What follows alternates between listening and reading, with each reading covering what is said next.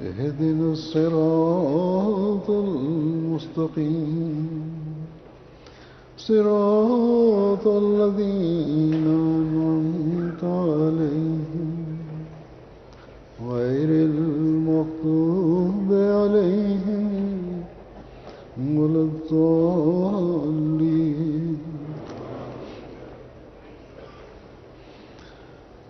حضرت اقدس مسیح موعود علیہ الصلوۃ والسلام ایک جگہ فرماتے ہیں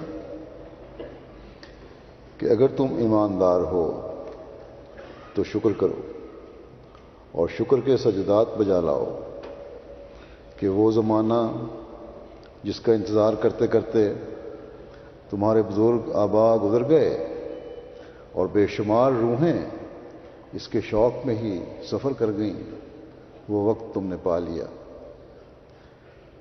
اب اس کی قدر کرنا یا نہ کرنا اور اس سے فائدہ اٹھانا یا نہ اٹھانا تمہارے ہاتھ میں ہے۔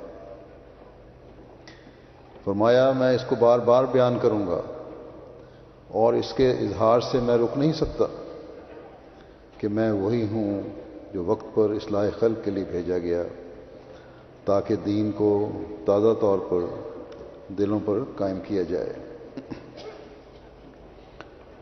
اللہ تعالیٰ کا بڑا فضل اور احسان ہے ہم پر کہ اس نے ہمیں اپنے اس فرستادے کو ماننے کی توفیق عطا فرمائی جو اس زمانے میں اصلاح خلق کے لیے اللہ تعالیٰ نے بھیجا ہے۔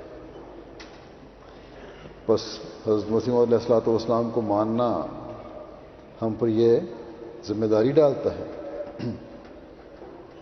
کہ ہم آپ کے ارشادات اور نصائح کو اپنی زندگیوں کا حصہ بنائیں، تبھی ہم اپنی اصلاح بھی کر سکتے ہیں اور تبھی ہم آپ کی بیعت میں آنے اور آپ کو ماننے کے مقصد کو پورا کر سکتے ہیں۔ حضرت مسیح موعود علیہ الصلوۃ والسلام نے اللہ تعالیٰ سے خبر پا کر اور اللہ تعالیٰ کے حکم سے ہماری اصلاح کے لیے جو انتظام فرمایا اس میں ایک جلسہ سالانہ کا انتظام کرے تاکہ ہم اپنی علمی اعتقادی اور عملی بہتری اور ترقی کے سامان کر سکیں۔ اس وقت میں آپ کے سامنے حضرت مسیح موعود علیہ السلام کے مختلف وقتوں میں کہے گئے بعض ارشادات پیش کروں گا جو آپ نے اپنے ماننے والوں کی اصلاح اور بہتری اور ان کے معیار تقوی اور اللہ تعالیٰ سے تعلق جوڑنے اور ان کی عملی حالتوں کو بہتر کرنے کے لیے ارشاد فرمائے۔ ہم دیکھتے ہیں کہ دنیا میں تقریباً 1/4 تعداد مسلمانوں کی ہے۔ اس بات پر اکثریت پوچھنے پر یہ جواب دیتی ہے کہ الحمدللہ ہم مسلمان ہیں، لیکن عملاً نہ عبادتوں کا صحیح ادراک ہے جس سے حقوق اللہ کی ادائیگی کر سکیں، نہ اللہ تعالیٰ کے بندوں کے حقوق کی ادائیگی ہے۔ آئے دن اللہ تعالیٰ اور اس کے رسول کے نام پر ظلم ہم بہت سے مسلمانوں سے دیکھتے ہیں، ان کے عملوں سے دیکھتے ہیں۔ ہمیں حضرت مسیح علیہ السلام نے فرمایا کہ میں اس لیے بھیجا گیا ہوں کہ تا ایمانوں کو قوی کروں اور خدا تعالیٰ کا وجود لوگوں پر ثابت کر کے دکھلاؤں، اور یہ وجود اس وقت ثابت ہوتا ہے جب خدا تعالیٰ سے خالص محبت کا اظہار بھی ہو۔ آپ نے ہمیں فرمایا کہ اللہ تعالیٰ سے سچی محبت بغیر کسی بدلے اور انعام کے ہونی چاہیے، اور حقیقت میں یہی بے غرض محبت ہے خدا تعالیٰ سے جو ایک مسلمان کو حقیقی مسلمان بناتی ہے، نہ کہ ایسے مسلمانوں کی طرح جو بعض مسلمان شدت پسند، دہشت گرد یا دہشت گرد تنظیموں کے ممبر پکڑے گئے تو ان کے سامانوں میں سے عجیب و غریب قسم کی عورتوں کی چیزیں نکلیں۔ پوچھنے والوں نے پوچھا یہ تم نے کس لیے رکھی ہوئی ہیں؟ اور پریس اس کو بڑا مذاق اڑا رہا ہے۔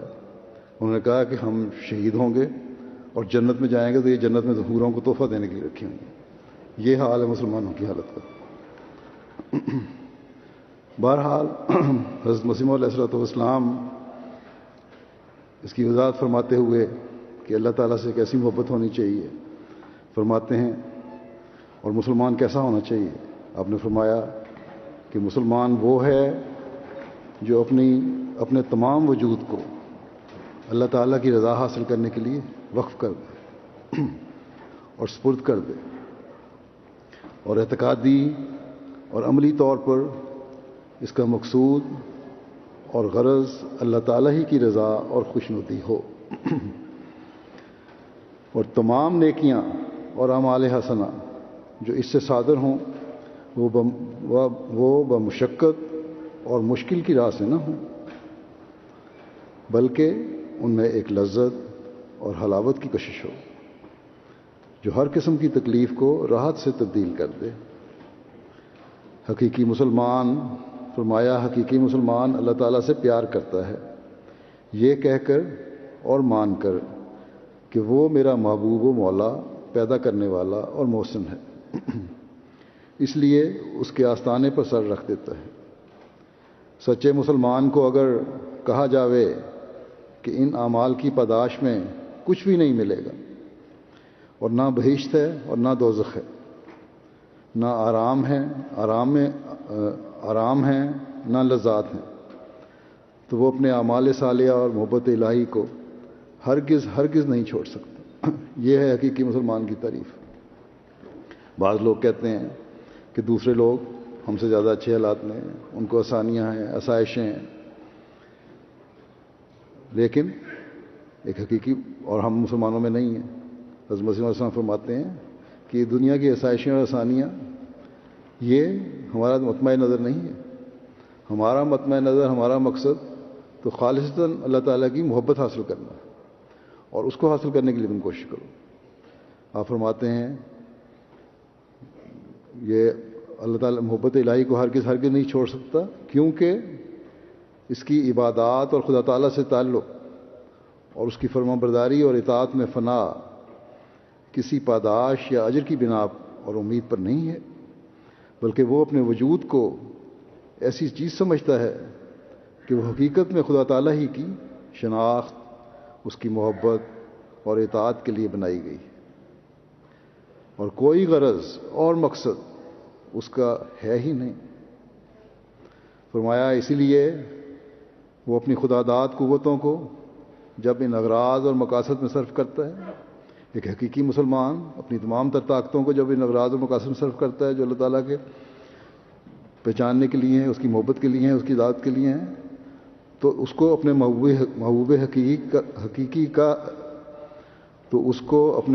حقیقی ہی کا چہرہ نظر آتا ہے۔ بہشت و دوزخ پر اس کی اصلاً نظر نہیں ہوتی۔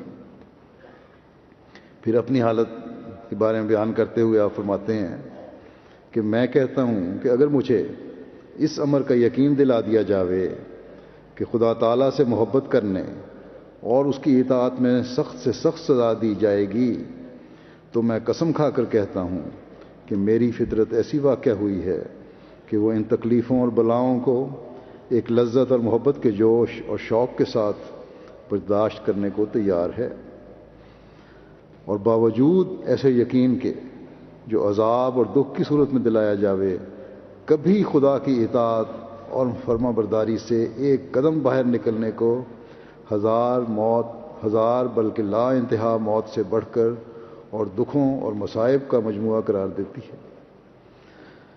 جیسے فرمایا جیسے اگر کوئی بادشاہ عام اعلان کرائے کہ اگر کوئی ماں اپنے بچے کو دودھ نہ دے گی تو بادشاہ اس سے خوش ہو کر انعام دے گا، تو ایک ماں کبھی گوارا نہیں کر سکتی کہ وہ اس انعام کی خواہش اور لالچ میں اپنے بچے کو ہلاک کرے۔ اسی طرح ایک سچا مسلمان خدا کے حکم سے باہر ہونا اپنے لیے ہلاکت کا موجب سمجھتا ہے، خواہ اس کو اس نافرمانی میں کتنی ہی آسائش اور آرام کا وعدہ دیا جاوے۔ یہ ہے حقیقی مسلمان کی حالت۔ فرمایا پس حقیقی مسلمان ہونے کے لیے ضروری ہے کہ اس قسم کی فطرت حاصل کی جاوے کہ خدا تعالیٰ کی محبت اور اطاعت کسی جزا اور سزا کے خوف اور امید کی بنا پر نہ ہو، بلکہ فطرت کا طبعی خاصہ اور جزو ہو کر ہو۔ پھر وہ محبت بجائے خود اس کے لیے ایک بہشت پیدا کر دیتی ہے۔ جب ایسی محبت پیدا ہوگی وہ محبت ہی ایک جنت پیدا کر دیتی ہے، اس جہان کی بھی اور اگلے جہان کی بھی۔ فرمایا اور حقیقی بہشت یہی ہے، کوئی آدمی بہشت میں داخل نہیں ہو سکتا جب تک وہ اس راہ کو اختیار نہیں کرتا، اس لیے میں تم کو جو میرے ساتھ تعلق رکھتے ہو اسی راہ سے داخل ہونے کی تعلیم دیتا ہوں، کیونکہ بہشت کی حقیقی راہ یہی ہے۔ بس یہ وہ خالص محبت کا تعلق ہے جو ہم نے اللہ تعالیٰ سے پیدا کرنا ہے۔ یہی وہ محبت ہے جو ہمیں اللہ تعالیٰ اور اس کے بندوں کے حق ادا کرنے کی طرف بھی توجہ دلائے گی۔ اللہ تعالیٰ سے اس محبت کے فلسفے کو نہ سمجھنے کی وجہ سے جو نام نہاد علماء نے جو جہاد کے نام پر ایک طبقے کو ظلم و بربریت کی طرف لگا دیا ہے، یہ اسی وجہ سے کہ نہ انہوں نے اللہ تعالیٰ سے محبت کی اور نہ اللہ تعالیٰ سے محبت کی وجہ سے اس کی مخلوق سے محبت کی۔ اللہ تعالیٰ نے تو ہمیں اپنی محبت کی وجہ سے نیک اعمال بجا لاتے ہوئے اپنی مخلوق سے محبت اور فتنہ و فساد کو دور کرنے کی تلقین فرمائی ہے۔ بس اس نقطے کو سمجھنے کی ضرورت ہے جس کو دوسرے نہیں سمجھتے۔ ایک حقیقی مسلمان کا کام یہ ہے کہ اللہ تعالیٰ کی محبت کے حقیقی ادراک حاصل کرے۔ بس اگر ہم احمدی مسلمان ہیں تو اس نقطے کو سمجھنے کی ضرورت ہے، ورنہ ہمارا حضرت مسیح موعود علیہ السلام پر ایمان کا دعویٰ بے معنی ہے۔ آپ نے باقی انبیاء کی طرح اپنی بعثت کی غرض بتاتے ہوئے اور حقوق اللہ اور حقوق العباد کی طرف توجہ دلاتے ہوئے ایک موقع پر فرمایا کہ تمام انبیاء علیہم السلام کی بعثت کی غرض مشترک یہی ہوتی ہے کہ خدا تعالیٰ کی سچی اور حقیقی محبت قائم کی جاوے اور بنی نوع انسان اور اخوان کے حقوق اور محبت میں ایک خاص رنگ پیدا کیا جاوے۔ جب تک یہ باتیں نہ ہوں تمام امور صرف رسمی ہوں گے۔ اگر دونوں باتیں نہیں، اللہ تعالیٰ کی محبت نہیں جو محبت کا حق ہے اور اس کی مخلوق کی محبت نہیں، تو پھر بیعت بھی رسمی بیعت ہے۔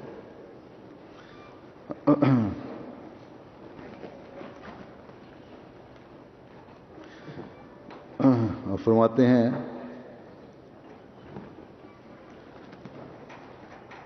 کہ خدا تعالیٰ کی محبت کی بابت تو خدا تعالیٰ ہی بہتر جانتا ہے۔ خدا تعالیٰ سے محبت کا انسان دعویٰ کرتا ہے، انسان اور خدا تعالیٰ کا معاملہ ہے، بہت ساری باتیں ہیں جو دوسروں کو نہیں پتہ لگتی، خدا تعالیٰ ہی بہتر جانتا ہے۔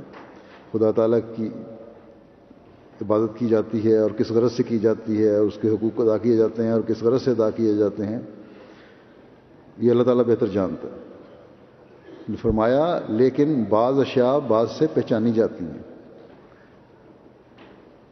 اللہ تعالیٰ کی محبت پہچاننے کے لیے بھی ایک معیار ہے، اور فرمایا بعض چیزیں پہچانی جاتی ہیں۔ مثلا ایک درخت کے نیچے پھل ہوں تو کہہ سکتے ہیں کہ اس کے اوپر بھی ہوں گے، لیکن اگر نیچے کچھ بھی نہیں تو اوپر کی بابت کب یقین ہو سکتا ہے؟ اسی طرح پر بنی نوع انسان اور اپنے اخوان کے ساتھ جو یگانگت اور محبت کا رنگ ہو وہ اس اعتدال پر ہو جو خدا نے قائم کیا ہے۔ ایک پھل دار درخت ہے، اس کے نیچے پھل دیکھ کر ہم پہچانتے ہیں کہ اس پہ اوپر بھی پھل ہوں گے۔ اسی طرح آپ نے فرمایا کہ جو انسانوں سے محبت ہے، بنی نوع انسان سے محبت ہے، آپس میں بھائیوں سے محبت ہے، اور اگر وہ صحیح رنگ میں ہے جو خدا نے قائم کیا ہے تو اس سے پتہ لگے گا کہ خدا تعالیٰ سے محبت ہے۔ آپ فرماتے ہیں اعتدال پر ہو جو خدا نے قائم کیا ہے، تو اس سے اندازہ ہو سکتا ہے کہ خدا تعالیٰ کے ساتھ بھی محبت ہے۔ اگر اللہ تعالیٰ کی مخلوق سے محبت نہیں جس طرح اللہ تعالیٰ نے بتایا، تو ہم کس طرح کہہ سکتے ہیں کہ اللہ تعالیٰ سے محبت ہوگی؟ پھر تو باتیں صرف ظاہری بات نہیں ہوں گی۔ حضرت مسیح علیہ السلام نے ایک موقع پر فرمایا کہ بعض جگہ حقوق العباد بڑھ جاتے ہیں موقع محال کی نسبت سے۔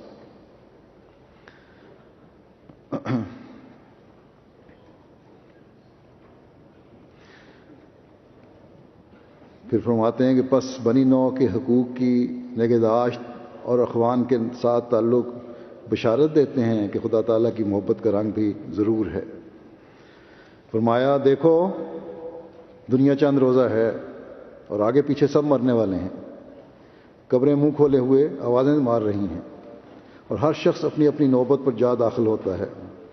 عمر ایسی بے اعتبار اور زندگی ایسی ناپائیدار ہے کہ 6 ماہ اور 3 ماہ تک زندہ رہنے کی امید کیسی؟ اتنی بھی امید اور یقین نہیں کہ ایک قدم کے بعد دوسرے قدم اٹھانے تک زندہ رہیں گے یا نہیں۔ پھر جب یہ حال ہے کہ موت کی گھڑی کا علم نہیں، اور یہ پکی بات ہے کہ وہ یقینی ہے، ٹلنے والی نہیں، تو دانش مند انسان کا فرض ہے کہ ہر وقت اس کے لیے تیار رہے۔ اسی لیے قرآن شریف میں فرمایا گیا ہے کہ لا تموتن الا وانتم مسلمون، کہ ہرگز مرنا نہیں مگر اس حالت میں کہ تم مسلمان ہو۔ موت اپنے اختیار میں تو نہیں ہے۔ اس کا مطلب ہی یہ ہے کہ انسان ہر وقت اپنا جائزہ لیتا رہے کہ وہ ہر 2 قسم کے حقوق ادا کر رہا ہے کہ نہیں، اللہ تعالیٰ کے حقوق بھی اور بندوں کے حقوق بھی، اور اللہ تعالیٰ کے حکموں کے مطابق چل رہا ہے کہ نہیں چل رہا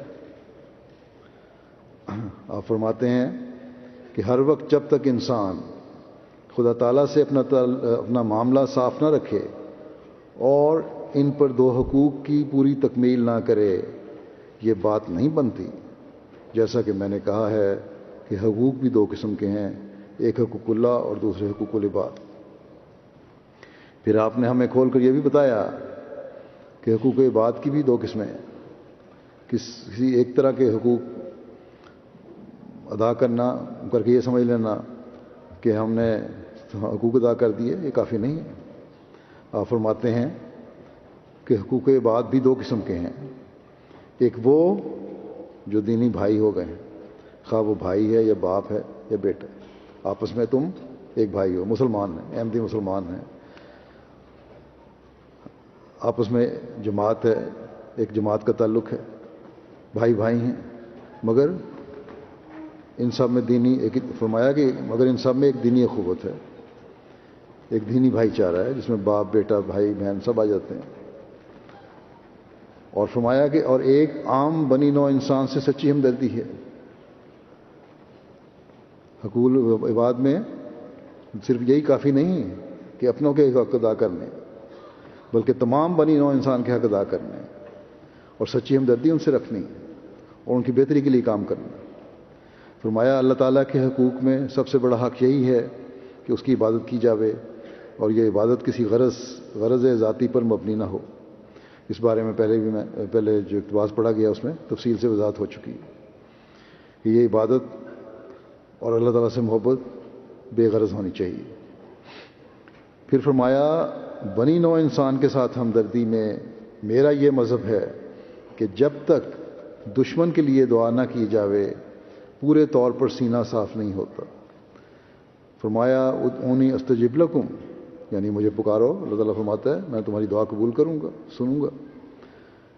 فرمایا کہ اس میں اللہ تعالیٰ نے قید نہیں لگائی کہ اللہ تعالیٰ کے لیے دعا کہ دشمن کے لیے دعا کرو تو قبول نہیں کروں گا، بلکہ فرمایا میرا تو یہ مذہب ہے کہ دشمن کے لیے دعا کرنا یہ بھی سنت نبوی ہے۔ حضرت عمر رضی اللہ تعالیٰ عنہ اسی سے مسلمان ہوئے۔ حضرت صلی اللہ علیہ وسلم آپ کے لیے اکثر دعا کیا کرتے تھے، اس لیے بخل کے ساتھ دشمنی نہیں کرنی چاہیے اور حقیقتاً موذی نہیں ہونا چاہیے۔ فرمایا شکر کی بات ہے کہ ہمیں اپنا کوئی دشمن نظر نہیں آتا جس کے واسطے 2-3 مرتبہ دعا نہ کی ہو۔ یعنی آپ کے دشمن ہیں جو آپ سے دشمنی رکھتے ہیں، ان کے لیے بھی آپ دعا کرتے ہیں، یہ نہیں کہ آپ کو کسی سے دشمنی ہے۔ یہ ان دشمنوں کا ذکر ہو رہا ہے جو آپ سے دشمنی رکھنے والے ہیں، آپ نے تو کسی دشمنی کی ہی نہیں۔ فرمایا کہ جو ایسے میرے دشمن ہیں ان کے لیے بھی میں دعا کرتا ہوں۔ فرمایا کہ ایک بھی ایسا نہیں جس کے لیے میں دعا نہ کی ہو، اور یہی میں تمہیں کہتا ہوں، یہی میں تمہیں کہتا ہوں اور سکھاتا ہوں۔ خدا تعالیٰ اس سے کہ کسی کو حقیقی طور پر ایذا پہنچائی جاوے اور ناحق بخل کی راہ سے دشمنی کی جاوے ایسا ہی بیزار ہے جیسے وہ نہیں چاہتا کہ کوئی اس کے ساتھ ملایا جائے۔ بلا وجہ کی دشمنی سے اللہ تعالیٰ کی بیزاری اس طرح ہی ہے جس طرح شرک ہے۔ فرمایا کہ ایک جگہ وہ فصل نہیں چاہتا، یعنی جدائی نہیں چاہتا، اور ایک جگہ وصل نہیں چاہتا، ملاپ نہیں چاہتا، یعنی بنی نوع کا باہم فصل اور اپنے کسی غیر کے ساتھ وصل۔ آپس میں انسان جو ہیں وہ آپس میں جدا جدا ہو جائیں، پھٹ جائیں، ایک نہ رہیں، دشمنیاں پیدا کرنی شروع کر دیں، یہ اللہ تعالیٰ نہیں چاہتا، اور اپنے ساتھ کسی غیر کا وہ شریک نہیں چاہتا۔ اس لیے اس نقطے کو یاد رکھو ہمیشہ۔ فرمایا اور یہ وہی راہ ہے کہ منکروں کے واسطے بھی دعا کی جاوے، منکروں کے واسطے بھی دعا کی جاوے، اس سے سینہ صاف اور انشراح پیدا ہوتا ہے، دشمنیاں ختم ہوتی ہیں اور نفرتوں کا خاتمہ ہوتا ہے۔ فرمایا اور ہمت بلند ہوتی ہے، انشراح پیدا ہوتا ہے اور ہمت بلند ہوتی ہے، مخالفتیں برداشت کرنے کا حوصلہ پیدا ہوتا ہے، اور یہ وہ خوبصورت اسلامی تعلیم ہے جو امن قائم کرنے کی تعلیم۔ فرمایا اس لیے جب تک ہماری جماعت یہ رنگ اختیار نہیں کرتی اس میں اور اس کے غیر میں پھر کوئی امتیاز نہیں ہے۔ میرے نزدیک یہ ضروری امر ہے کہ جو شخص ایک کے ساتھ دین کی راہ سے دوستی کرتا ہے اور اس کے عزیزوں سے کوئی ادنا درجے کا ہے تو اس کے ساتھ نہایت رفق اور ملامت سے پیش آنا چاہیے اور ان سے محبت کرنی چاہیے۔ کیونکہ خدا کی یہ شان ہے. فرمایا خدا کی یہ شان ہے، فارسی ہے کہ بداں را بنیکاں بے بخشت کریم، کہ بدوں کو بھی نیکوں کے ساتھ خداوند کریم بخش دیتا ہے. فرمایا پس تم جو میرے ساتھ تعلق رکھتے ہو، تمہیں چاہیے کہ تم ایسی قوم بنو جس کی نسبت آیا ہے فَإِنَّهُمْ قَوْمٌ لَا يَشْقَىٰ جَلِيسُهُمْ، یعنی وہ ایسی قوم ہے کہ اس کا ہم جلیس بھی بدبخت نہیں ہوتا، اس کے ساتھ بیٹھنے والا بھی بدبخت نہیں ہوتا. یہ خلاصہ ہے اس ایسی تعلیم کا جو تخلق بھی اخلاق اللہ میں پیش کی گئی ہے. بس جب یہ سوچ ہماری ہوگی تبھی ہم کہہ سکیں گے کہ ہم نے آپ علیہ السلام کی بیعت کا حق ادا کیا ہے یا حق ادا کرنے کی کوشش کر رہے ہیں. اس بات کو جاننے کے لیے کہ کس طرح ہم اللہ تعالیٰ کے حق کا پتہ کر سکتے ہیں، ادا کرنے کا، اس کے بلند معیار حاصل کر سکتے ہیں، اور کس طرح ہم بندوں کے حقوق کی تفصیل جان سکتے ہیں. ایک تو یہی بات بیان فرما دیا آپ نے کہ بندوں کے حقوق ادا کرو گے اللہ تعالیٰ کے بتائے ہوئے حکم کے مطابق، ارشاد کے مطابق، تو پھر سوچا جا سکتا ہے کہ اللہ کے حق ادا کر رہے ہو. اگر یہ نہیں تو پھر یہ اس بارے میں تسلی نہیں ہو سکتی کہ بندہ پھر اللہ تعالیٰ کے بھی حق ادا کر رہا ہے. لیکن مزید تفصیل آپ نے بیان فرمائی کہ حقوق کا پتہ کس طرح لگے گا. آپ فرماتے ہیں کہ قرآن شریف میں اول سے آخر تک اوامر و نواہی اور احکام الہی کی تفصیل موجود ہے، اور کئی 100 شاخیں مختلف قسم کے احکام کی بیان کی. یہ حکم ہے جن میں بہت سارے حقوق ادا کرنے کے بھی حکم ہیں. اللہ تعالیٰ کے حقوق بھی ہیں اور بندوں کے حقوق بھی ہیں. بہت سارے اوامر ہیں جن کا حکم دیا کہ یہ کرو، بہت ساری باتیں جن سے روکا گیا کہ نہ کرو. فرمایا پس بار بار قرآن شریف کو پڑھو اور تمہیں چاہیے کہ برے کاموں کی تفصیل لکھتے جاؤ، اور پھر خدا تعالیٰ کے فضل اور تائید سے کوشش کرو کہ ان بدیوں سے بچتے رہو. بس ہمیں قرآن کریم بھی اس طرح پڑھنے کی ضرورت ہے کہ ہم حقیقی مسلمان بن سکیں. پھر اپنی جماعت کو نصیحت کرتے ہوئے ایک موقع پر آپ نے فرمایا کہ میں سچ کہتا ہوں کہ یہ ایک تقریب ہے جو اللہ تعالیٰ نے سعادت مندوں کے لیے پیدا کر دی ہے. مبارک وہی ہیں جو اس سے فائدہ اٹھاتے ہیں. تم لوگ جنہوں نے میرے ساتھ تعلق پیدا کیا ہے، اس بات پر ہرگز مغرور نہ ہو جاؤ کہ جو کچھ تم نے پانا تھا پا چکے. یہ سچ ہے کہ تم ان منکروں کی نسبت قریب تر بسعادت ہو جنہوں نے اپنے شدید انکار اور توہین سے خدا کو ناراض کیا. اور یہ بھی سچ ہے کہ تم نے حسن ظن سے کام لے کر خدا تعالیٰ کے غضب سے اپنے آپ کو بچانے کی فکر کی. لیکن سچی بات یہی ہے کہ تم اس چشمے کے قریب آ پہنچے ہو جو اس وقت خدا تعالیٰ نے ابدی زندگی کے لیے پیدا کیا ہے. ہاں پانی پینا ابھی باقی ہے، بس خدا تعالیٰ کے فضل و کرم سے توفیق چاہو کہ وہ تمہیں سیراب کرے، کیونکہ خدا تعالیٰ کے بدوں کچھ بھی نہیں ہو سکتا جب تک پوری طرح یہ پیغام کو نہیں سمجھیں گے، حضرت مسیح علیہ السلام کی تعلیم کو ہم نہیں سمجھیں گے، اس پر عمل کرنے کی کوشش نہیں کریں گے. ہم یہ نہیں کہہ سکتے ہم نے پانی پی لیا. فرمایا کہ پانی پینا بھی باقی ہے. بس اس کے لیے کوشش کرو. پھر فرماتے ہیں یہ میں یقیناً جانتا ہوں کہ جو اس چشمے سے پیے گا وہ ہلاک نہ ہوگا، کیونکہ یہ پانی زندگی بخشتا ہے اور ہلاکت سے بچاتا ہے اور شیطان کے حملوں سے محفوظ کرتا ہے. اس چشمے سے سیراب ہونے کا کیا طریق ہے؟ یہی کہ خدا تعالیٰ نے جو 2 حق تم پر قائم کیے ہیں ان کو بحال کرو اور پورے طور پر ادا کرو. ان میں سے ایک خدا کا حق ہے، دوسرا مخلوق کا.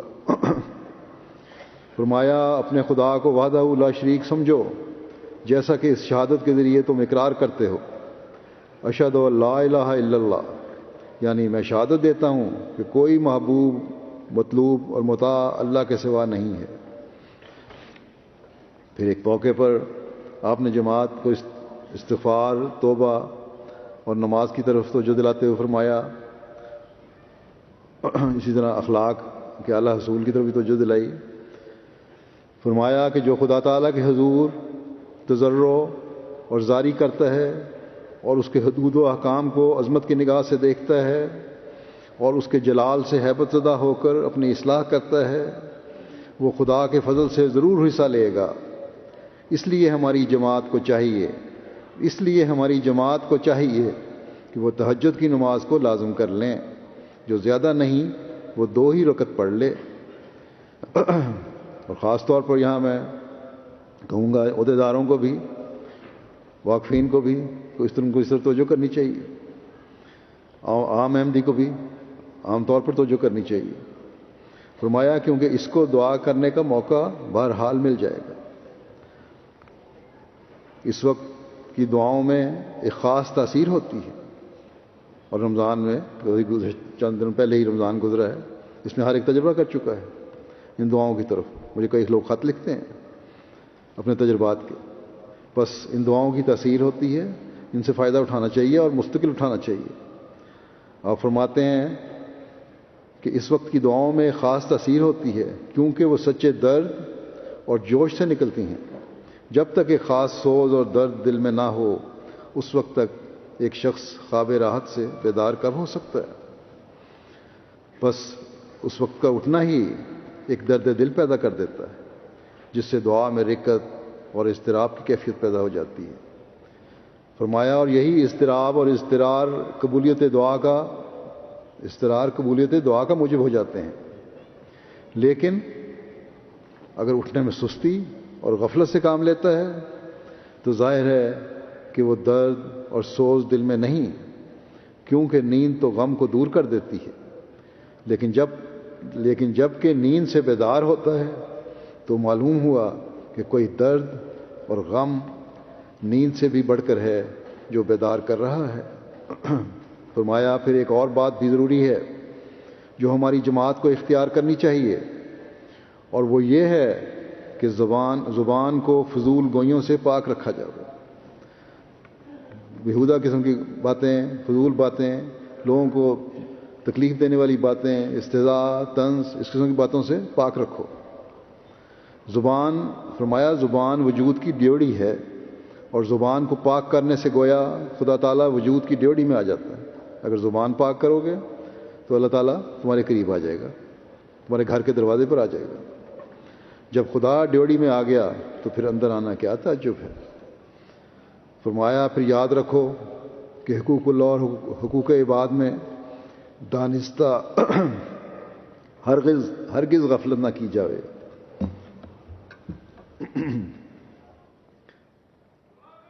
نعرہ تکبیر، نعرہ تکبیر، حضرت محمد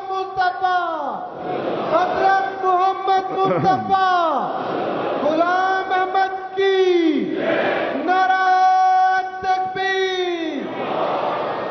فرمایا کہ یاد رکھو کہ حقوق اللہ اور حقوق عباد میں دانستہ ہرگز غفلت نہ کی جاوے۔ جو ان امور کو مد نظر رکھ کر دعاؤں سے کام لے گا، یا یوں کہو کہ جس سے دعا کی توفیق دی جاوے گی، ہم یقین رکھتے ہیں کہ اللہ تعالیٰ اس پر اپنا فضل کرے گا اور وہ بچ جاوے گا۔ ظاہری تدابیر صفائی وغیرہ کی منع نہیں ہے، بلکہ برتوکل زانوے اشتر بے بند، یعنی توکل کے لیے ضروری ہے کہ اونٹ کا گھٹنا بھی باندھا جائے،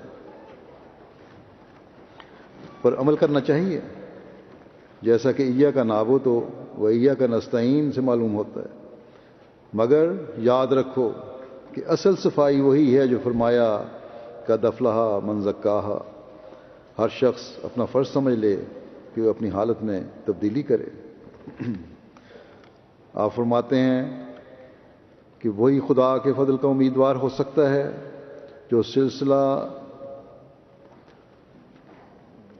دعا، توبہ اور استغفار کا نہ توڑے، وہی خدا تعالیٰ کے فضل کا امیدوار ہو سکتا ہے جو سلسلہ دعا توبہ اور استغفار کا نہ توڑے اور عمدن گناہ نہ کرے۔ اس کو مسلسل دعا توبہ اور استغفار کرتے رہو اور جان بوجھ کر کوئی گناہ نہ کرو، تبھی اللہ تعالیٰ کے فضل کے امیدوار ہو سکتے۔ فرمایا گناہ ایک زہر ہے جو انسان کو ہلاک کر دیتی ہے اور خدا کے غضب کو بھڑکاتی ہے گناہ سے صرف خدا تعالیٰ کا خوف اور اس کی محبت ہٹاتی ہے۔ اگر خدا تعالیٰ کا خوف اور اس کی محبت ہوگی، حقیقی محبت ہوگی اللہ تعالیٰ سے، تو پھر گناہ سے بچو گے۔ اس لیے یہ محبت پیدا کرو اللہ تعالیٰ سے۔ فرمایا صوفی کہتے ہیں کہ سعید کسی موقع کو ہاتھ سے نہیں دیتے، کوئی موقع ہاتھ سے نہیں جانے دیتے۔ بعض کے حالات سنے ہیں کہ انہوں نے دعا کی کہ کوئی ہیبت ناک نظارہ ہو تاکہ دل میں رقت اور درد پیدا ہو۔ آپ فرماتے ہیں اللہ تعالیٰ کی یہ سنت ہے کہ وہ انبیاء علیہم السلام کو ایسے موقعوں پر ہمیشہ بچا لیتا ہے جبکہ بلائیں عذاب الہی کی صورت میں نازل ہوں، اور وہ لوگ بھی بچائے جاتے ہیں جو انبیاء علیہ السلام کے حقیقی پیرو ہیں، جو ان کی باتوں پر عمل کرنے والے ہیں، جو خدا تعالیٰ کی تعلیم کو سمجھنے کی کوشش کرنے والے ہیں اور اس کے حق ادا کرنے والے، اور اس کی بتائی ہوئی تعلیم کے مطابق اس کے بندوں کے حق ادا کرنے والے ہیں۔ بس ہمیں آج کل جو زمانہ ہے، جو حالات دنیا کے ہو رہے ہیں، اس کے لیے خاص طور پر اللہ تعالیٰ سے خاص تعلق پیدا کرنے کی کوشش کرنی چاہیے۔ آپ فرماتے ہیں بس اس سے بچنے کے لیے یہی علاج ہے کہ دعا کے سلسلے کو نہ توڑو اور توبہ اور استغفار سے کام لو۔ وہی دعا مفید ہوتی ہے جبکہ دل خدا کے آگے پگھل جاوے اور خدا کے سوا کوئی مفر نظر نہ آوے۔ جو خدا کی طرف بھاگتا ہے اور اضطرار کے ساتھ امن کا جویاں ہوتا ہے، وہ آخر بچ جاتا ہے۔ بس جیسا کہ میں نے کہا کہ یہ دن بھی بڑے سخت ہیں، دنیا کی حالت بتا رہی ہے کہ یہ اپنی تباہی کی طرف بڑی تیزی سے جا رہی ہے۔ ایسے میں ہمارے بچنے اور دنیا کو بچانے کا ایک ہی راستہ ہے کہ خدا تعالیٰ کی طرف رجوع کریں، اپنی دعاؤں کی طرف توجہ کریں، توبہ اور استغفار کی طرف توجہ کریں اور اپنی عبادتوں خالص اللہ تعالیٰ کے لیے کریں۔ اللہ تعالیٰ اس کی توفیق بھی عطا فرمائے۔ پھر مزید توبہ استغفار اور نماز کے بارے میں ہدایت فرماتے ہیں آپ۔ فرمایا استغفار کرتے رہو اور موت کو یاد رکھو، موت سے بڑھ کر کوئی بیدار کرنے والی چیز نہیں ہے۔ جب انسان سچے دل سے خدا کی طرف رجوع کرتا ہے تو اللہ تعالیٰ اپنا فضل کرتا ہے۔ فرمایا جس وقت انسان اللہ تعالیٰ کے حضور سچے دل سے توبہ کرتا ہے تو اللہ تعالیٰ پہلے گناہ بخش دیتا ہے، پھر بندے کا نیا حساب چلتا ہے۔ اگر انسان کا کوئی ذرا سا بھی گناہ کرے تو وہ ساری عمر اس کا کینہ اور دشمنی رکھتا ہے۔ انسانوں کے لیے تو یہ حالت ہے، کسی کا گناہ کرو، کسی سے کوئی قصور کرو تو ساری عمر گناہ اور دشمنی رکھتا ہے، اور گو زبانی معاف کر دینے کا اقرار بھی کرے، لیکن پھر بھی جب اسے موقع ملتا ہے تو اپنے اس کینہ اور عداوت کا اس سے اظہار کرتا ہے۔ انسان کا تو یہ حال ہے، پھر ظاہراً معاف بھی کر دیا، لیکن کبھی موقع ملا تو پھر کبھی نہ کبھی اظہار ہو ہی جاتا ہے اور پرانی یاد، وہ تکلیف پھر یاد آ جاتی ہے۔ فرمایا یہ خدا تعالیٰ ہی ہے کہ جب بندہ سچے دل سے اس کی طرف آتا ہے تو وہ اس کے گناہوں کو معاف کر دیتا ہے اور رجوع برحمت فرماتا ہے، اپنا فضل اس پر نازل کرتا ہے اور اس گناہ کی سزا کو معاف کر دیتا ہے۔ اس لیے تم بھی اب ایسے ہو کر جاؤ کہ وہ ہو جاؤ جو پہلے نہ تھے۔ یہ جلسے کی تقریر میں آپ نے فرمایا تھا اپنی کہ ایسے ہو کر جاؤ کہ تم وہ ہو جاؤ جو پہلے نہ تھے۔ نماز سنوار کر پڑھو، خدا جو یہاں ہے وہاں بھی ہے، بس ایسا نہ ہو کہ جب تک تم یہاں ہو تمہارے دلوں میں رقت اور خدا کا خوف ہو، اور جب پھر اپنے گھروں میں جاؤ تو بے خوف اور نہ ڈر ہو جاؤ۔ نہیں، بلکہ خدا کا خوف ہر وقت تمہیں رہنا چاہیے۔ ہر ایک کام کرنے سے پہلے سوچ لو اور دیکھ لو کہ اس سے خدا تعالیٰ راضی ہوگا یا ناراض۔ یہ بہت اہم نقطہ ہے.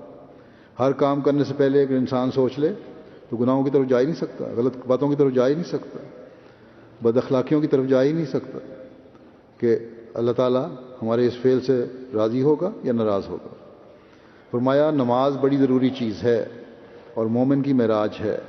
خدا تعالیٰ سے دعا مانگنے کا بہترین ذریعہ نماز ہے. نماز اس لیے نہیں کہ ٹکریں ماری جاویں یا مرغ کی طرح کچھ ٹھونگے مار لیں.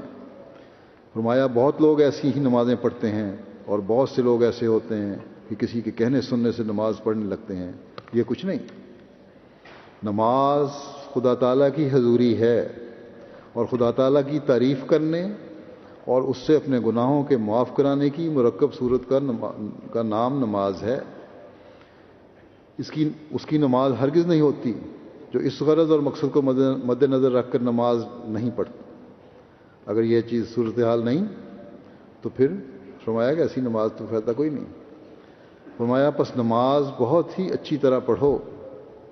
کھڑے ہو تو ایسے طریق سے کہ تمہاری صورت صاف بتاوے کہ تم خدا تعالیٰ کی اطاعت اور فرما برداری میں دست بستہ کھڑے ہو, اور جھکو تو ایسے جس سے صاف معلوم ہو کہ تمہارا دل جھکتا ہے, اور سجدہ کرو تو اس آدمی کی طرح جس کا دل ڈرتا ہے, اور نمازوں میں اپنے دین اور دنیا کے لیے دعا کرو. دین کے لیے بھی دعا کرو, دنیا کے لیے بھی دعا کرو, لیکن اللہ تعالیٰ کے سامنے اس طرح جھکو کہ اس کا خوف بھی ہو اور اس کی محبت بھی ہو. پھر ہمیں تقوی اختیار کرنے کی طرف توجہ دلاتے ہوئے کہ متقی ہمیشہ خوش قسمت ہوتا ہے. آپ فرماتے ہیں کہ ہماری جماعت کو یہ نصیحت ہمیشہ یاد رکھنی چاہیے کہ وہ اس امر کو مد نظر رکھیں جو میں بیان کرتا ہوں.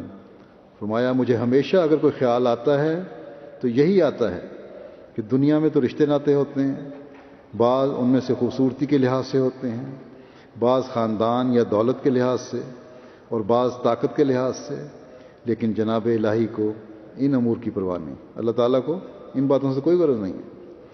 فرمایا کہ اس نے تو صاف طور پر فرما دیا ہے کہ ان اکرمکم عند اللہ اتقاکم, یعنی اللہ تعالیٰ کے نزدیک وہی معزز و مکرم ہے جو متقی ہے.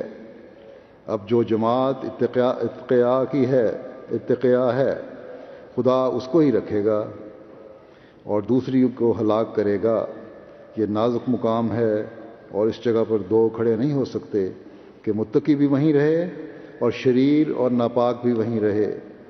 ضروری ہے کہ متقی کھڑا ہو اور خبیث ہلاک کیا جاوے, اور چونکہ اس کا علم خدا کو ہے کہ کون اس کے نزدیک متقی ہے, بس یہ بڑے خوف کا مقام ہے. خوش قسمت ہے وہ, فرمایا خوش قسمت ہے وہ انسان جو متقی ہے, اور بدبخت ہے وہ جو لعنت کے نیچے آیا ہے. اس نقطے کو سمجھ کر جہاں ہم اللہ تعالیٰ کی رضا حاصل کرنے والے بن سکتے ہیں, وہاں اپنی گھریلو زندگیوں کو بھی جنت بنا سکتے ہیں. پھر اس بات کا اظہار فرماتے ہوئے کہ اس سلسلہ میں داخل ہونے کے بعد آپ علیہ السلام ہم میں کیا انقلاب دیکھنا چاہتے ہیں. آپ فرماتے ہیں اس سلسلے میں داخل ہو کر تمہارا وجود الگ ہو اور تم بالکل ایک نئی زندگی بسر کرنے والے انسان بن جاؤ. جو کچھ تم پہلے تھے وہ نہ رہو. یہ مت سمجھو کہ تم خدا تعالیٰ کی راہ میں تبدیلی کرنے سے محتاج ہو جاؤ گے. اگر اپنے آپ کو پاک تبدیلی پیدا کرو گے تو محتاج نہیں ہو جاؤ گے کہ دنیا کی چلاکیاں ہم نے چھوڑ دیں, ہوشیاریاں ہم نے چھوڑ دیں تو شاید ہم دنیا داروں کے محتاج ہو جائیں. نہیں, فرمایا یہ نہ سوچو تم, یا تمہارے بہت سے دشمن پیدا ہو جائیں گے. یہ بھی تمہیں خیال نہیں آنا چاہیے کہ اگر اللہ تعالیٰ کی طرف دل لگاؤ گے دشمن پیدا ہو جائیں گے یا دنیا داروں کے محتاج ہو جاؤ گے. نہیں, فرمایا نہیں, خدا کا دامن پکڑنے والا ہرگز محتاج نہیں ہوتا, اس پر کبھی برے دن نہیں آ سکتے. خدا جس کا دوست اور مددگار ہو, اگر تمام دنیا اس کی دشمن ہو جاوے تو کچھ پرواہ نہیں. مومن اگر مشکلات میں بھی پڑے تو ہرگز تکلیف میں نہیں ہوتا, بلکہ وہ دن اس کے لیے بہشت کے دن ہوتے ہیں. خدا کے فرشتے ماں کی طرح اسے گود میں لے لیتے ہیں. فرمایا مختصر یہ کہ خدا خود ان کا محافظ اور ناصر ہو جاتا ہے. یہ خدا جو ایسا خدا ہے کہ وہ علی کل شیء قدیر ہے, وہ عالم الغیب ہے, وہ حی و قیوم ہے, اس خدا کا دامن پکڑنے سے کوئی تکلیف نہیں پا سکتا. اس خدا کا دامن پکڑنے سے کوئی تکلیف پا سکتا ہے؟ اب سوال فرما رہے ہیں. فرمایا کبھی نہیں. خدا تعالیٰ اپنے حقیقی بندے کو ایسے وقتوں میں بچا لیتا ہے کہ دنیا حیران رہ جاتی ہے. آگ میں پڑ کر حضرت ابراہیم علیہ السلام کا زندہ نکلنا کیا دنیا کے لیے حیرت انگیز امر نہ تھا؟ کیا ایک خطرناک طوفان میں حضرت نوح اور آپ کے رفقا کا سلامت بچ رہنا کوئی چھوٹی سی بات تھی؟ اس قسم کی بے شمار نظیریں موجود ہیں. اور خود اس زمانے میں فرمایا، اور خود اس زمانے میں خدا تعالیٰ نے اپنے دستے قدرت کے کرشمے دکھائے ہیں. دیکھو مجھ پر خون اور اقدام قتل کا مقدمہ بنایا گیا. ایک بڑا بھاری ڈاکٹر جو پادری ہے وہ اس میں مدعی ہوا، اور آریہ اور بعض مسلمان اس کے معاون ہوئے. لیکن آخر وہی ہوا جو خدا نے پہلے فرمایا تھا، ابرا بے قصور ٹھہرانا. بس یہ وقت ہے کہ تم توبہ کرو اور اپنے دلوں کو پاک صاف کرو. فرمایا اگر مصیبت سر پر آ پڑی اس وقت توبہ کیا فائدہ دے گی؟ فرمایا کہ بہت عرصے کا ذکر ہے کہ میں نے ایک رویا دیکھی تھی کہ ایک بڑا میدان ہے، اس میں ایک بڑی نالی کھدی ہوئی ہے جس میں بھیڑیں لٹا کر قصاب ہاتھ میں چھری لیے ہوئے بیٹھے ہیں، اور وہ آسمان کی طرف منہ کیے ہوئے حکم کا انتظار کرتے ہیں. میں پاس ٹہل رہا ہوں. حضرت مسلم صلی اللہ علیہ وسلم فرماتے ہیں کہ میں پاس ٹہل رہا ہوں، اتنے میں نے پڑھا قل ما یابو بکم ربی لولا دعاؤکم. یہ سنتے ہی انہوں نے جھٹ چھری پھیر دی. بھیڑیں تڑپتی ہیں اور وہ قصاب انہیں کہتے ہیں کہ تم ہو کیا؟ گو کھانے والی بھیڑیں ہی ہو. وہ نظارہ اس وقت تک میری آنکھوں کے سامنے ہے. فرمایا غرض خدا بے نیاز ہے، اسے صادق مومن کے سوا اور کسی کی پرواہ نہیں ہوتی، اور بعد از وقت دعا قبول نہیں ہوتی. فرمایا جب اللہ تعالیٰ نے مہلت دی ہے اس وقت اسے راضی کرنا چاہیے، لیکن جب اپنی سیاہ کاریوں اور گناہوں سے اسے ناراض کر لیا اور اس کا غضب اور غصہ بھڑک اٹھا، اس وقت عذاب الہی کو دیکھ کر توبہ استغفار شروع کی، اس سے کیا فائدہ ہوگا جب سزا کا فتویٰ لگ چکا ہے. فرماتے ہیں پس قبل از وقت عاجزی کرو گے تو ہماری دعائیں بھی تمہارے لیے نیک نتیجے پیدا کریں گی. پہلے عاجزی کرو گے تو پھر فرمایا کہ ہماری دعائیں بھی تمہارے لیے نیک نتیجے پیدا کریں گی. لیکن اگر تم غافل ہو گئے تو کچھ فائدہ نہ ہوگا. خدا کو ہر وقت یاد رکھو اور موت کو سامنے موجود سمجھو. فرماتے ہیں دیکھو تم لوگ کچھ محنت کر کے کھیت تیار کرتے ہو تو فائدے کی امید ہوتی ہے، اسی طرح پر یہ امن کے دن محبت کے لیے ہیں. اگر اب خدا کو یاد کرو گے تو اس کا مزہ پاؤ گے. اگرچہ ذمہ داری اور دنیا کے کاموں کے مقابلہ میں نمازوں میں حاضر ہونا مشکل معلوم ہوتا ہے اور تہجد کے لیے اور بھی، مگر اب اگر اپنے آپ کو اس کا عادی کر لو گے تو پھر کوئی تکلیف نہ رہے گی. دعائیں کرنے کے لیے نصیحت فرماتے ہوئے آپ فرماتے ہیں کہ دیکھو اب کام تم کرتے ہو، اپنی جانوں اور اپنے کنبہ پر رحم کرتے ہو، بچوں پر تمہیں رحم آتا ہے. جس طرح اب ان پر رحم کرتے ہو یہ بھی ایک طریق ہے کہ نماز میں ان کے لیے دعائیں کرو، کہ ظاہری رحم تو تم کرتے ہو، ان کی خواہشات پورا کرنے کی کوشش کرتے ہو، ان کو تکلیف میں دیکھ کے تمہیں رحم آتا ہے. تو ایک طریق یہ بھی ہے کہ نمازوں میں ان کے لیے دعائیں کرو، رکوع میں بھی دعا کرو، پھر سجدے میں دعا کرو کہ اللہ تعالیٰ اس بلا کو پھیر دے اور عذاب سے محفوظ رکھے. اگلی نسلوں کو بچانے کے لیے یہ جو دنیا کے حالات ہیں آج ہماری دعاؤں کی ضرورت ہے. ہمیں اس طرح دعائیں کرنی چاہیے اپنا نسلوں کے لیے بھی، دنیا کے لیے بھی، جیسا کہ میں پہلے بھی کہا ہے. فرمایا کہ اللہ تعالیٰ اس بلا کو پھیر دے، یہ دعا کرو اور عذاب سے محفوظ رکھے. جو دعا کرتا ہے وہ محروم نہیں رہتا. یہ کبھی ممکن نہیں ہے کہ دعائیں کرنے والا غافل پلید کی طرح مارا جاوے. اگر ایسا نہ ہو تو خدا کبھی پہچانا ہی نہ جاوے. وہ اپنے صادق بندوں اور غیروں میں امتیاز کر لیتا ہے، ایک پکڑا جاتا ہے دوسرا بچایا جاتا ہے.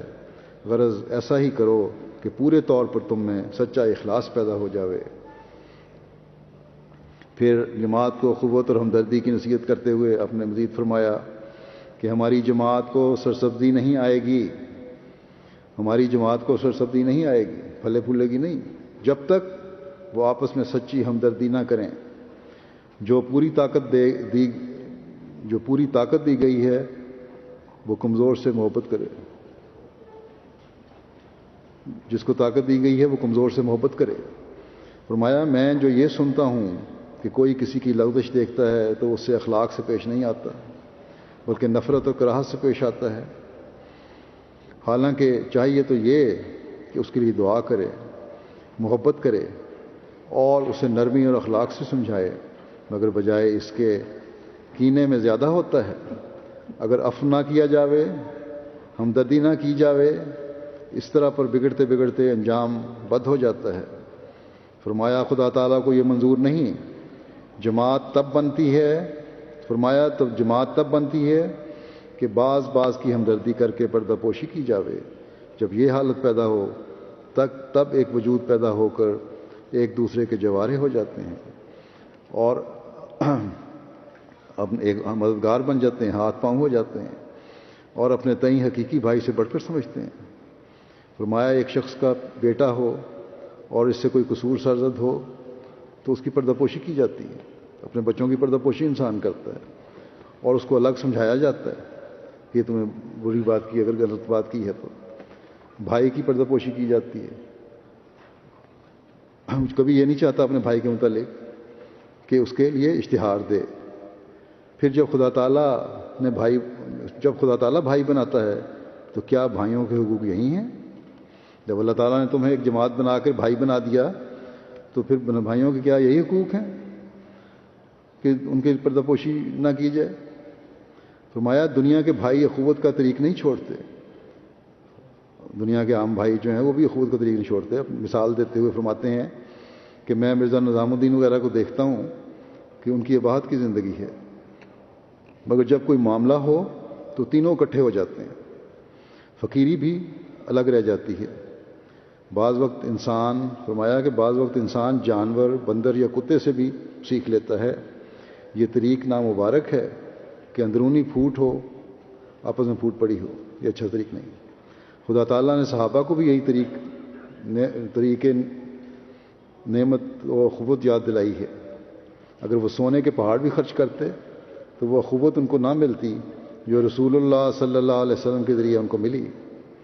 اسی طرح پر خدا تعالیٰ نے یہ سلسلہ قائم کیا ہے اور اسی قسم کی اخوت وہ یہاں قائم کرے گا۔ فرمایا خدا تعالیٰ پر مجھے بہت بڑی امیدیں ہیں۔ اس نے وعدہ کیا ہے جائل الذین تبعوا کا فوق الذین کفروا الی یوم القیامہ۔ میں یقیناً جانتا ہوں، فرمایا میں یقیناً جانتا ہوں کہ وہ ایک جماعت قائم کرے گا جو قیامت تک منکروں پر غالب رہے گی، مگر یہ دن جو ابتلا کے دن ہیں اور کمزوری کے ایام ہیں ہر ایک شخص کو موقع دیتے ہیں کہ وہ اپنی اصلاح کرے اور اپنی حالت میں تبدیلی کرے۔ دیکھو ایک دوسروں کا شکوہ کرنا، دل آزاری کرنا اور سخت زبانی کر کے دوسرے کے دل کو صدمہ پہنچانا اور کمزوروں اور عاجزوں کو حقیر سمجھنا سخت گناہ ہے۔ حضرت مسیح علیہ الصلوۃ والسلام ہم سے کیا چاہتے ہیں اس کا اظہار بھی ایک موقع پر بڑے درد کے ساتھ آپ نے فرمایا۔ بہت ساری باتیں ہم نے سنی، آپ فرماتے ہیں، ایک پیش کرتا ہوں۔ آپ نے فرمایا کہ یاد رکھو کہ ہماری جماعت اس بات کے لیے نہیں ہے جیسے عام دنیا دار زندگی بسر کرتے ہیں۔ میرا زبان سے کہہ دیا کہ ہم اس سلسلے میں داخل ہیں اور عمل کی ضرورت نہ سمجھی، جیسے بدقسمتی سے مسلمانوں کا حال ہے۔ فرمایا کہ پوچھو تم مسلمان ہو تو کہتے ہیں کہ شکر الحمدللہ، مگر نماز نہیں پڑھتے اور شاعر اللہ کی حرمت نہیں کرتے۔ بس میں تم سے یہ نہیں چاہتا کہ تم صرف زبان سے ہی اقرار کرو اور عمل سے کچھ نہ دکھاؤ، یہ نکمی حالت ہے۔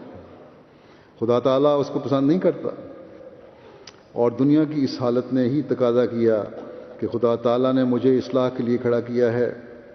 فرمایا پس اب اگر کوئی میرے ساتھ تعلق رکھ کر بھی اپنی حالت کی اصلاح نہیں کرتا اور عملی قوتوں کو ترقی نہیں دیتا بلکہ زبانی اقرار ہی کو کافی سمجھتا ہے، وہ گویا اپنے عمل سے میری عدم ضرورت پر زور دیتا ہے کہ ضرورت کوئی نہیں مسیح موت کے آنے کی، مان لیا، لیکن عمل یہ ہے کہ ہمیں تو فرق کوئی نہیں پڑا ماننے نہ ماننے سے۔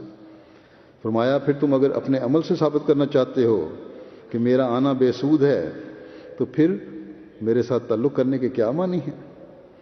میرے ساتھ تعلق پیدا کرتے ہو تو میری اغراض و مقاصد کو پورا کرو، اور وہ یہی ہیں میری اغراض و مقاصد. مسلم فرماتے ہیں کیا ہیں کہ وہ یہی ہیں کہ خدا تعالیٰ کے حضور اپنے اخلاص اور وفاداری دکھاؤ، اور قرآن شریف کی تعلیم پر اس طرح عمل کرو جس طرح رسول اللہ صلی اللہ علیہ وسلم نے کر کے دکھایا اور صحابہ نے کیا. قرآن شریف کے صحیح منشا کو معلوم کرو اور اس پر عمل کرو. خدا تعالیٰ کے حضور اتنی ہی بات کافی نہیں ہو سکتی کہ زبان سے اقرار کر لیا اور عمل میں کوئی روشنی اور سرگرمی نہ پائی جاوے. یاد رکھو، فرمایا یاد رکھو کہ وہ جماعت جو خدا تعالیٰ قائم کرنی چاہتا ہے وہ عمل کے بدوں زندہ نہیں رہ سکتی.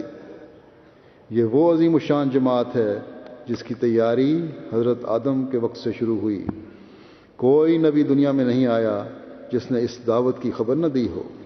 فرمایا پس اس کی قدر کرو، اور اس کی قدر یہی ہے کہ اپنے عمل سے ثابت کر کے دکھاؤ کہ اہل حق کا گروہ تم ہی ہو.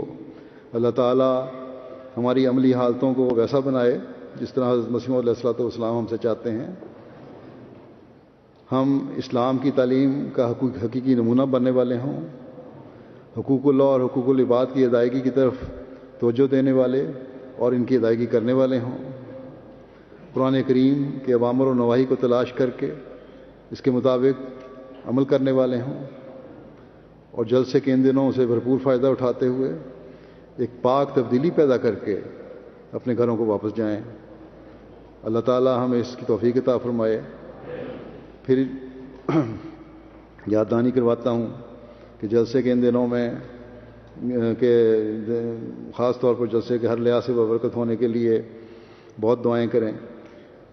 ان مجبوروں کے لیے بھی دعائیں کریں جو اپنے ملکوں میں سختیوں کی وجہ سے کھل کر اپنے ایمان کا اظہار نہیں کر سکتے، اپنے جلسے منعقد نہیں کر سکتے. اللہ تعالیٰ جلد ان کے لیے بھی آسانیاں پیدا فرمائے. دنیا جس تباہی کی طرف بڑھ رہی ہے، جیسا کہ پہلے ہی میں نے کہا، اس تباہی سے بچنے کے لیے بھی دعا کریں تاکہ یہ اپنے پیدا کرنے والے خدا کو پہچانیں اور اپنے آپ کو تباہی سے بچا لے. اب دعا کر لیں.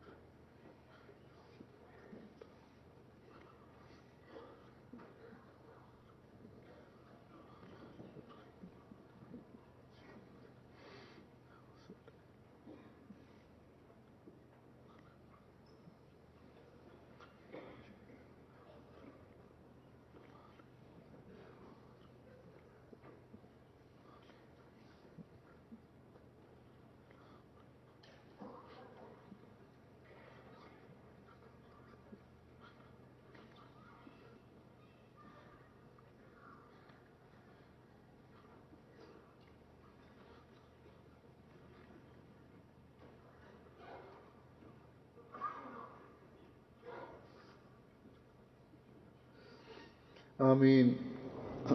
نعرہ السلام علیکم ورحمۃ اللہ. تکبیر، وعلیکم ورحمۃ اللہ. نعرہ تکبیر. حضرت محمد مصطفیٰ، حضرت محمد مصطفیٰ